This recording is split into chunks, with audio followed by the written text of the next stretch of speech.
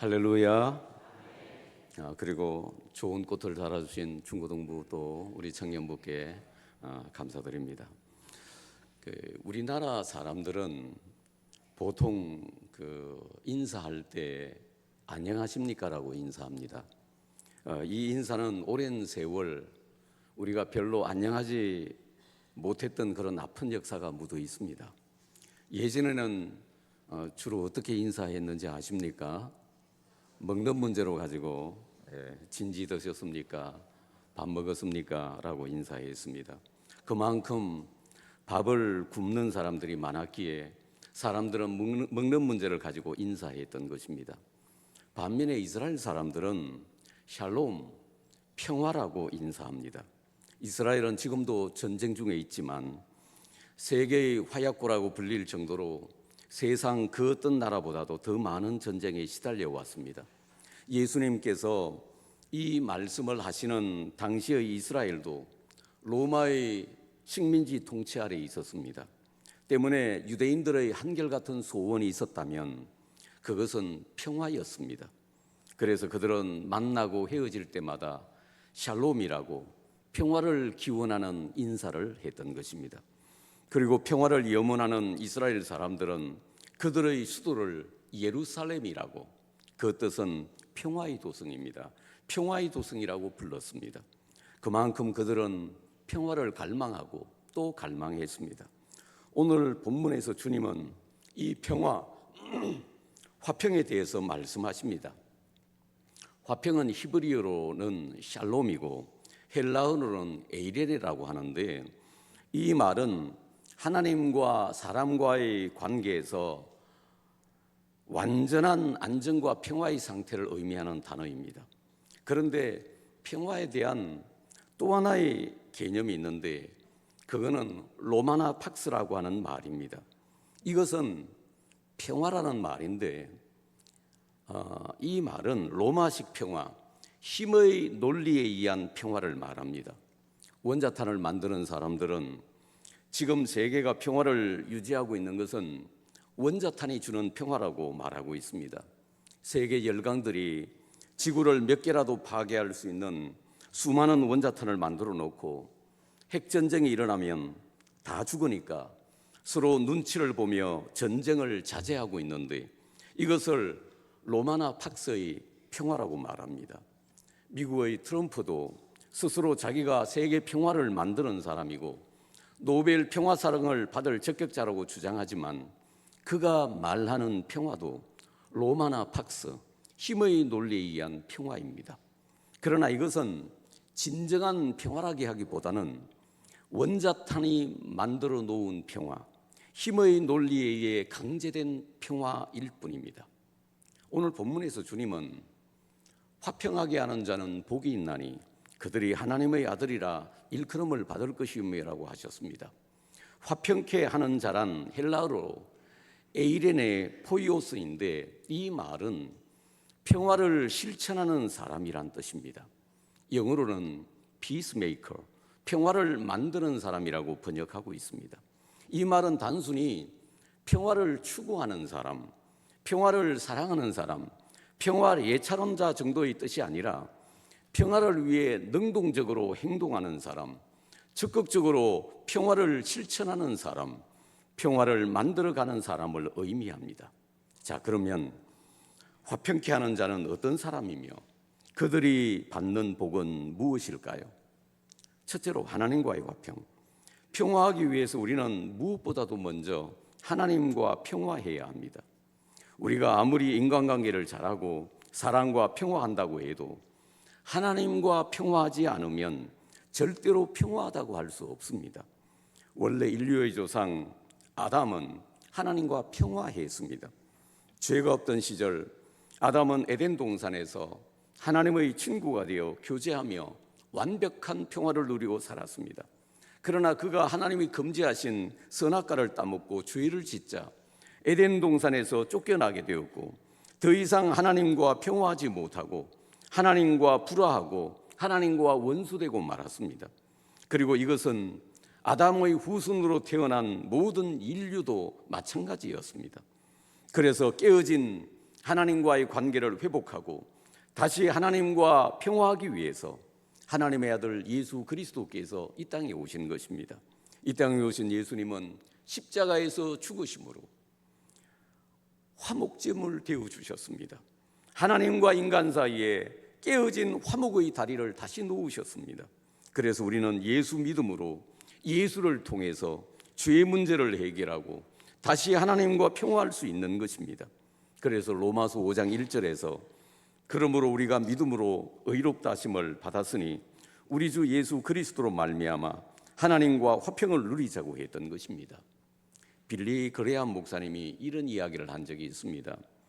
치열한 전쟁 중에 통신병이 중요한 명령을 아군 부대에 전달해야 하는데 모든 통신수단이 단절되어서 이 명령을 전달할 방법이 없었습니다. 방법은 오직 끊어진 전선을 이어야 하는데 연결할 전선도 없고 시간도 없었습니다. 이 급박한 절체절명의 상황에서 통신병은 끊어진 양쪽의 전선을 자기 양손으로 붙잡았습니다. 전선에 연결된 자기 몸뚱아리는 타들어갔지만 그는 메시지를 아군 부대로 보낼 수가 있었고 수많은 아군의 생명을 구할 수 있었습니다. 이와 유사한 사건이 하나님과 우리 사이에서도 일어났습니다. 죄가 얼마나 무서운지 죄는 하나님과 우리와의 관계를 단절시키고 끊어버렸습니다. 이때 예수님은 한 손으로는 하나님을 잡고 또 한 손으로는 우리를 잡아서 하나님과 우리 사이를 다시 연결시켜 주셨습니다. 성경은 하나님은 한 분이시요 또 하나님과 사람 사이의 중보자도 한 분이시니 곧 사람이신 예수 그리스도라고 하셨습니다.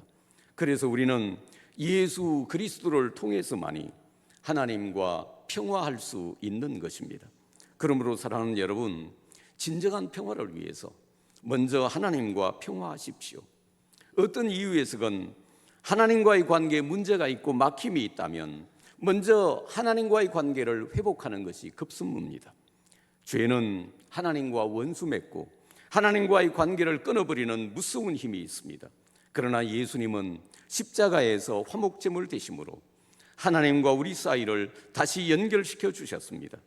사랑하는 여러분, 무엇보다도 먼저 예수 그리스도로 말미암아 하나님과 평화하시기를 축원합니다. 둘째로 화평케 하는 사람. 이렇게 예수 그리스도로 말미암아 하나님과 화평한 사람은 이제 적극적으로 화평을 만들고 화평을 실천하는 사람이 되어야 합니다. 자, 그러면 우리는 삶의 현장에서 어떻게 화평을 만드는 사람이 될 수 있을까요? 먼저 자신에게 평화가 있어야 합니다. 나와의 평화. 예수님은 평안을 너희에게 끼치노니 곧 나의 평안을 너희에게 주노라. 내가 너희에게 주는 것은 세상이 주는 것과 같지 아니하니라고 하셨습니다. 주님은 제자들에게 세상이 줄 수 없는 놀라운 평안을 주겠다고 약속하셨습니다. 이것은 오늘 우리도 마찬가지입니다. 우리가 예수 믿기 전에는 죄와 어두움과 불안 속에서 살았습니다. 그런데 예수 믿고 신앙생활 하면서 희한하게도 문제가 해결되고 마음이 평안하고 얼굴도 밝아집니다. 그래서 교회 처음 나온 새신자 분들에게 교회 나온 소감이 어떠냐고, 교회 나오니까 무엇이 좋더냐고 물어보면 거의 대부분이 왠지 모르게 마음이 평안하다고 대답합니다. 주님께서 그 마음에 평안을 주셨기 때문입니다. 그리고 이 하나님이 주신 평안은 세상이 주는 일시적인 평안이 아니라 지속적이고 영구적인 평안입니다. 세상에서는 무슨 문제를 만나면 항상 불안하고 초조했었는데 예수 믿고부터는 그렇지 않는 겁니다. 하나님께서 다 해결해 주시겠지 하는 든든한 마음이 있는 겁니다. 복음송가에 거친 파도 날 향해 와도 주와 함께 날아오르리. 폭풍 가운데 나의 영혼 잠잠하게 주를 보리라는 찬양이 있습니다. 폭풍이 몰아치는데 그 폭풍 속에서 어떻게 잠잠하게 주님을 바라볼 수 있을까요? 그런데 예수님 믿는 사람 마음속에 폭풍 속에서도 잠잠한 평안이 있다는 거예요. 어떤 환난과 시련 가운데에서도, 어떤 거친 풍랑 속에서도 잠잠히 주님을 바라볼 수 있는 내적인 평화가 우리 믿는 사람의 마음에 있습니다. 온 세상이 요란하고 흉흉해도, 그 어떠한 상황에서도, 폭풍 가운데서도 잠잠할 수 있는 고요한 평화가 여러분과 저희 마음에 충만하시기를 축원합니다. 그리고 이웃과의 평화입니다. 마음이 평안하지 않고 불안하면 사람들과의 관계도 좋은 관계를 맺을 수가 없습니다. 그러나 하나님과의 관계가 회복되고 마음이 평안해지면 다른 사람과도 화평한 관계를 맺을 수 있는 것입니다. 그래서 하나님과 평화한 우리는 부부와 평화하고, 가족과 평화하고, 교우들과 평화하고, 이웃과 평화하고, 나아가 우리가 만나는 모든 사람들과 평화할 수 있는 것입니다. 그래서 성경은 이렇게 말씀합니다. 할 수 있거든 너희로서는 모든 사람과 더불어 화목하라. 철로 역정의 저자 좋은 버녀는 때때로 그리스도인들이 다투고 싸우는 모습을 볼 때마다 이렇게 아픈 심정을 토로했습니다. 이상하다. 이해할 수 없는 것이 하나 있다. 마귀와 대적해야 할 성도들이 자기들끼리 싸우고 있다니, 이거 정말 이상한 이야기 아니냐. 성도들의 분쟁과 다툼을 주호할 자는 원수 마귀밖에 없습니다. 그러나 성령님은 말할 수 없는 탄식으로 슬퍼하신다는 사실을 알아야 합니다. 로버트 리라고 하는 미국의 명장이 있었습니다. 그런데 그의 라이벌 가운데 와이팅 장군이 있었는데, 그는 늘 리 장군을 중상모략하고 다녔습니다. 어느 날 남부연합의 대통령 제퍼슨 데이비스가 로버트 리 장군, 그대는 와이팅 장군을 어떻게 생각하시오? 라고 물었습니다. 리 장군은 스슴치 않고, 각하, 와이팅 장군은 이 시대에 보기 드문 능력 있고 신뢰할 만한 사람입니다. 그러자 대통령은 깜짝 놀라면서 와이팅 장군은 그대에 대해서 좋지 않게 이야기하는 것으로 알고 있는데 장군은 어떻게 그렇게 대답할 수가 있어? 이때 리 장군은 이런 유명한 대답을 했습니다.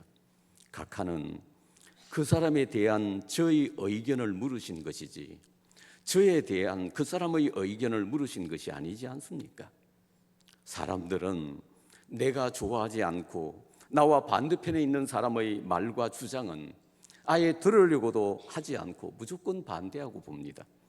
그러나 우리는 그가 나의 정적이며 반대편에 서 있는 사람이라고 해도 무조건 매도하기보다는 그의 훌륭한 점은 인정하고 칭찬할 줄 아는 자세가 필요하다고 생각합니다. 그러므로 사랑하는 여러분, 할 수 있거든 모든 사람과 평화하십시오. 내 주장과 고집만 관철하려고 하면 평화를 이루기 어렵습니다. 오히려 내 주장과 고집을 꺾고 죽일 때 평화가 이루어집니다. 예수님도 십자가에 못 박혀 죽으심으로 하나님과 우리 사이를 화평케 하셨듯이 말입니다. 그 어떤 것도 공동체의 평화보다 더 중요한 것은 없습니다. 당신의 주장과 철학이 공동체의 평화를 깨도 좋을 만큼 그렇게 대단한 것입니까? 저는 개인적으로 진리 문제 외에는 어떠한 경우도 평화를 깨는 것은 옳지 않다고 생각합니다. 출애굽기 32장에 보면 모세가 십계명을 받으러 시내산에 올라간 사이 기다리다 지친 백성들이 금송아지를 만들어 놓고 제사하고 춤추고 난리가 났어요. 하나님이 얼마나 진노하셨던지 백성들을 다 죽이겠다고 펄펄 뛰셨습니다. 이때 모세는 이렇게 기도합니다. 하나님, 이제 그들의 죄를 사하시옵소서. 그렇지 아니하시오면 원하건대 주께서 기록하신 책에서 내 이름을 지워버려 주옵소서. 모세는 범죄한 백성들을 위해 자기 생명을 걸고 영혼을 걸고 하나님께 기도합니다. 그랬을 때 하나님은 그의 기도를 받으시고 백성들의 우상숭배 죄를 용서해 주십니다. 공동체의 평화를 위해 나를 꺾고 죽이십시오. 주님처럼 모세처럼 희생해 보십시오. 평화의 왕이신 예수님이 기뻐하실 것입니다. 히브리서 12장 14절에 모든 사람과 더불어 화평함과 거룩함을 따르라. 이것이 없이는 아무도 주를 보지 못하리라고 하셨습니다. 주님 앞에 서고 주님을 볼 수 있는 두 가지 자격 기준이 있는데 그것이 뭐냐 하면 화평함과 거룩함이라고 했습니다. 특히 모든 사람과 더불어 화평함을 따라야 주님을 볼 수 있다고 하십니다. 하나님과 평화하신 여러분, 내가 죽고 깨지고 십자가 짐으로 사람들과 공동체와 삶의 현장 속에서 평화를 심고 평화를 만들어가는 하나님의 사람들 되시기를 축원합니다. 셋째로, 화평하게 하는 자의 복. 주님은 화평케 하는 자는 복이 있나니 그들이 하나님의 아들이라 일컬음을 받을 것이며라고 하셨습니다. 화평케 함으로 하나님의 아들이 된다는 것이 아니라 화평케 하는 것을 보니까 하나님의 아들이라고 인정할 만하다는 겁니다. 하나님의 아들이라는 것이 증명된다는 것입니다. 하나님께서 우리가 화평하게 하는 모습을 보시고 너는 진짜 내 아들이로구나 하고 인정해 주신다는 것입니다. 이 얼마나 자랑스럽고 영광스러운 일이겠습니까? 바꾸어 말하면 우리가 진정 하나님의 아들이라면 화평케 하는 삶을 살아야 한다는 것입니다. 그리고 하나님은 하나님의 아들인 우리에게 이 화평케 하는 직분을 주셨습니다. 화평케 하는 직분은 하나님의 아들의 특권이며 자랑이며 책임입니다. 그래서 하나님과 화평한 우리는 나아가 우리 가정과 교회와 직장과 삶의 현장에서 적극적으로 화평을 도모하며 살아야 하는 것입니다. 고린도후서 5장 18절과 19절에 모든 것이 하나님께로서 났으며 그가 그리스도로 말미암아 우리를 자기와 화목하게 하시고 또 우리에게 화목하게 하는 직분을 주셨으니 화목하게 하는 말씀을 우리에게 부탁하셨느니라고 했습니다. 그래서 우리 하나님의 아들들은 화목해 하라는 직분을 받았습니다. 우리가 장로, 권사, 집사의 직분도 받았지만 또 하나 받은 직분이 있는데 그것이 바로 화목해 하라는 직분, 화평하게 하는 직분이라는 것입니다. 그래서 우리는 그리스도를 대신해서 사람들에게 하나님과 화목하라고 전하고 서로 불화하며 분쟁하는 사람들을 십자가의 복음으로 화평하게 하는 역할을 감당해야 하는 것입니다. 사람은 누구나 다 평화를 원하고 평화로운 삶을 갈망합니다. 그리고 평화는 아직도 해결하지 못한 인류가 안고 있는 중요한 수건 가운데 하나입니다. 그러나 사람들의 이러한 바람과는 달리 이 땅은 날이 갈수록 더 불화하고 원수 맺고 전쟁하고 있습니다. 이 땅의 천국이 되어야 할 가정이 평화를 잃고 상처받고 깨지고 있습니다. 우리가 다니는 직장과 학교와 사회 공동체 그리고 국회와 정부에도 평화는 사라지고 갈등과 분쟁이 극한을 치닫고 있습니다. 이것은 국제사회도 마찬가지입니다. 아무리 유엔이 중재를 하고 몇몇 나라들이 화해를 요청해도 아직도 미국, 이스라엘과 이란 사이에는 전쟁과 갈등이 계속되고 있습니다. 저는 사람들이 평화하기보다 다투는 궁극적인 이유는 그 배후에 마귀가 도사리고 있기 때문이라고 생각합니다. 마귀는 이간과 분쟁의 명수입니다.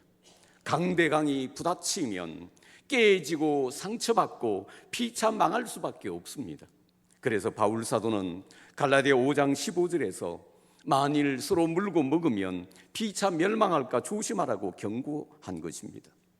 이런 다툼과 분쟁의 시대에 정말 필요한 사람이 피스메이커, 평화를 만드는 사람입니다. 문제와 다툼과 분쟁이 있는 곳에 이 사람만 들어가면 희한하게도 화해가 되고 평화가 이루어집니다. 이 사람에게는 저 사람에 대해서 좋은 말을 해주고 저 사람에게는 이 사람에 대해서 좋은 말을 해줍니다. 내 주장과 고집을 버리고 예수님 마음과 십자가 정신을 가지고 하니까 갈등과 다툼이 물러가고 다시 평화하게 되는 것입니다. 이런 피스메이커, 화평케 하는 사람은 하나님이 사랑하시는 진정한 하나님의 아들입니다. 그런데 이상하게도 화평하게 하는 자는 적고 트러블 메이커가 많아요. 트러블 메이커는 아무 문제와 다툼이 없는 곳에도 이 사람만 개입하면 문제가 생기고 다툼과 분쟁이 발생합니다. 이 사람에게는 저 사람에 대해서 나쁜 말하고 저 사람에게는 이 사람에 대해서 나쁜 말을 해서 이간시킵니다. 그러니까 잠잠하던 곳에 이 사람만 들어가면 문제와 싸움이 생기는 거예요. 이런 트러블 메이커는 마귀가 사랑하고 마귀가 쓰는 마귀의 종입니다. 여러분과 저는 트러블 메이커가 아니라 피스 메이커가 돼서 공동체와 세상에 평화를 심어주는 하나님의 아들 되시기를 축원합니다. 상선약수라는 말이 있습니다. 최고의 선은 물과 같다는 뜻입니다. 물이 최고의 선인 이유는 물은 만물을 이롭게 하면서도 다투지 않기 때문입니다. 사람은 물 없이는 살 수 없습니다. 그래서 물은 세상에서 가장 중요한 것입니다. 그러나 물은 겸손하게 항상 낮은 곳으로만 흐릅니다. 산이 있으면 맞서지 않고 멀리 돌아갑니다. 바위가 있으면 피해서 지나갑니다. 웅덩이가 있으면 다 채워지기를 기다렸다가 갑니다. 그리고 마침내 바다에 이릅니다. 세상의 바다처럼 크고 넓은 것이 어디 있습니까? 바다는 가장 낮은 곳에서 모든 물을 받아서 모든 물을 받아들여 정화합니다. 그래서 이름이 바다입니다. 우리가 추구해야 할 평화의 길은 마치 물과 같다고 생각합니다. 가장 낮은 곳에서 자기를 희생하고 수용할 때 바다같이 넓은 평화가 이루어지는 것입니다. 여러분과 저도 예수님처럼 낮은 곳으로 흘러 우리 때문에 우리의 가정과 교회와 공동체에 주님이 주시는 평화가 가득하시기를 축원합니다. 누가복음 9장에 보면 예수님이 어느 사마리아 촌을 지나실 때에 동네 사람들로부터 푸대접을 받았습니다. 그때 예수님은 가만 계시는데 제자들이 흥분했습니다. 특히 성질급한 야고보와 요한이 주여 우리가 불을 명하여 하늘로 쫓아내려 저희를 멸하기를 원하시나이까라고 격하게 반응합니다.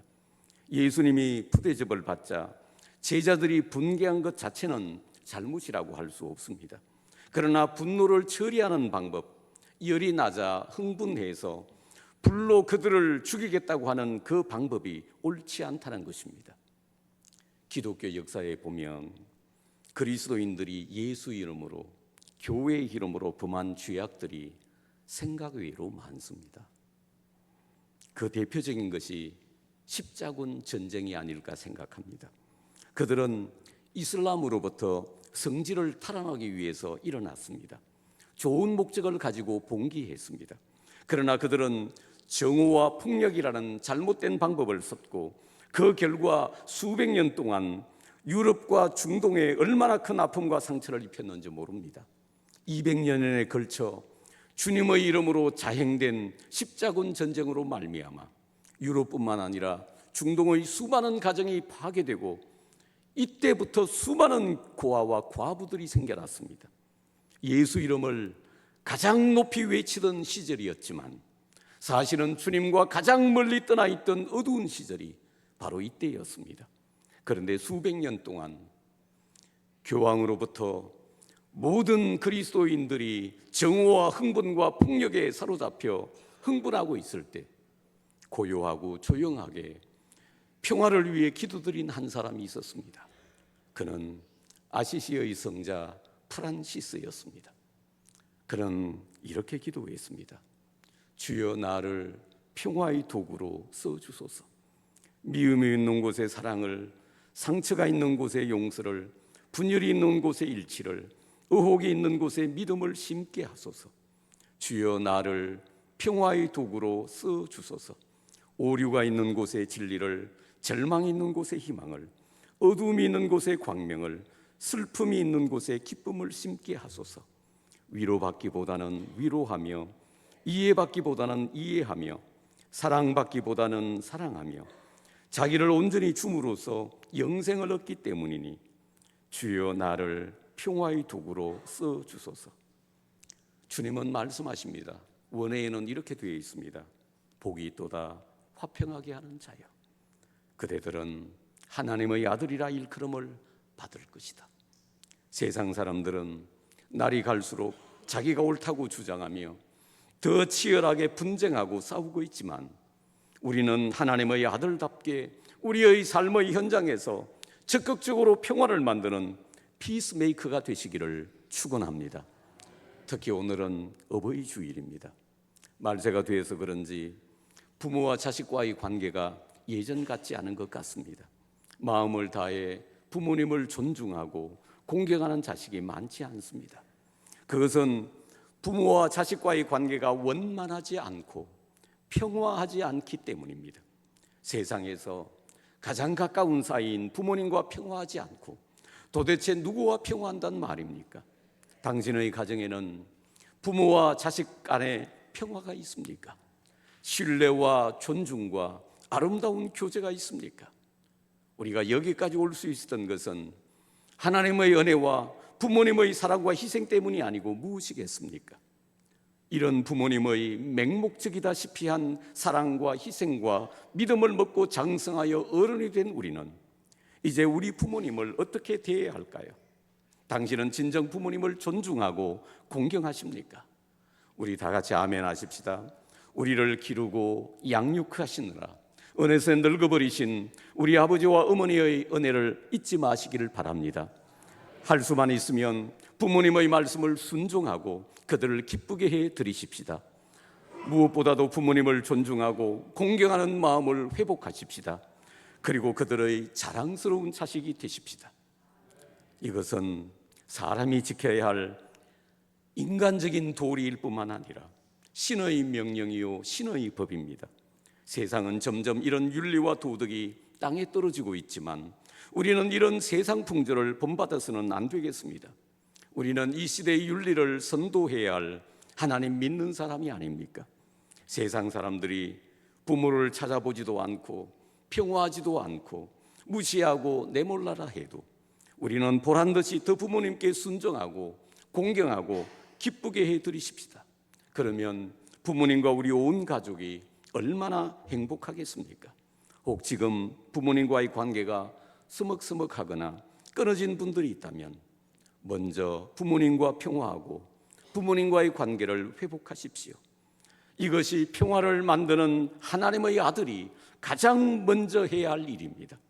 부디 부모님과 평화하시기 바라고 오늘의 우리가 있기까지 평생을 우리를 위해 사랑하고 희생만 하신 우리 부모님을 순종하고 공경해서 그들의 황혼을 행복하게 해드리는 착한 아들과 딸 효자 효부 되시기를 주의 이름으로 축원합니다. 기도하시겠습니다.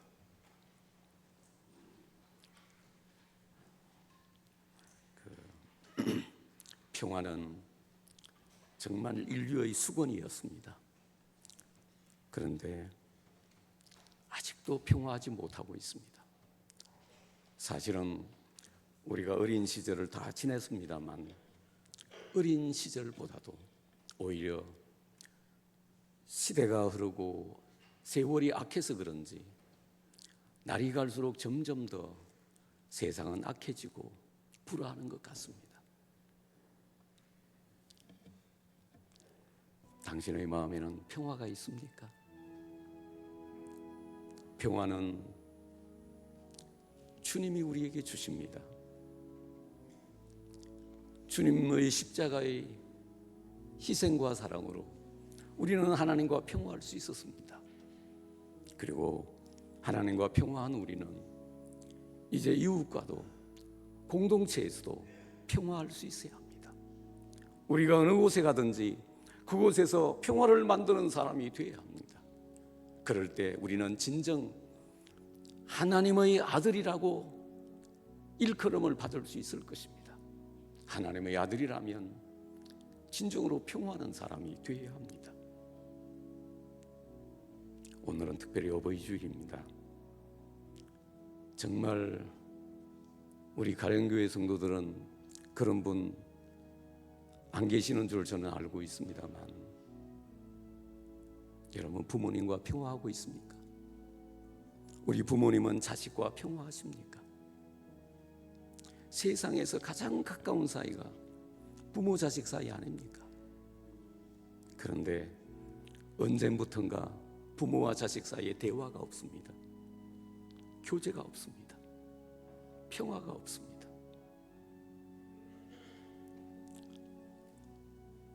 평화를 만드는 하나님의 아들들이 해야 할 가장 중요한 평화가 부모님과의 평화 아니겠습니까?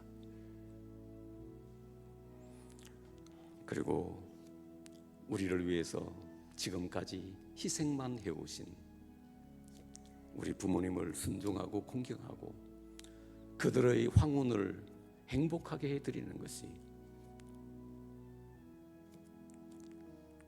자식의 마땅한 도리 아니겠습니까? 오늘 주신 말씀 붙잡고 우리 한번 기도하겠습니다. 정말 평화를 만드는 하나님의 아들 되게 해달라고, 부모님과 평화하고 공경하는 아들, 딸 되게 해달라고 함께 기도하겠습니다. 하나님 아버지 감사합니다. 주신 말씀을 주님 믿음으로 받습니다. 하나님, 평화를 모든 우리에게 이 놀라운 평화를 주셨사오며 하나님, 우리 평화하게 하여 주시옵소서. 그리고 나와도 평화하고 우리 이웃과 공동체에서 어느 곳에 가든지 평화를 도모하고 평화를 만드는 하나님의 사람 되게 하여 주시옵소서. 특별히 우리 부모님과 교제하고 평화하는, 순종하고 공경하고 그들의 노후를 기쁘게 해드리는 우리가 되게 하여 주시옵소서. 은혜 베풀어 주시옵소서.